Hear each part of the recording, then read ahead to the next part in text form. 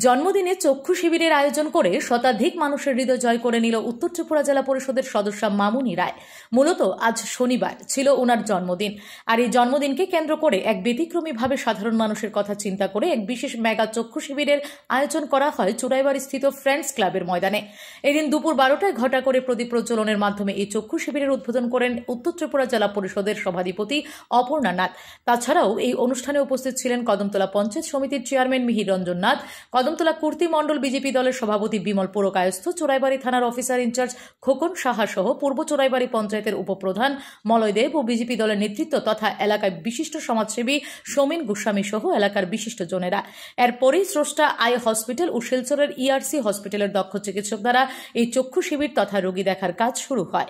প্রায় শতাধিক রোগী নিজেদের চক্ষু পরীক্ষা করান ও পরিষেবার সুযোগ নেন। উদ্যোগ গ্রহণ করে থাকেন, তার জন্য ক্লাব কর্তৃপক্ষকে আমার সাধুবাদ।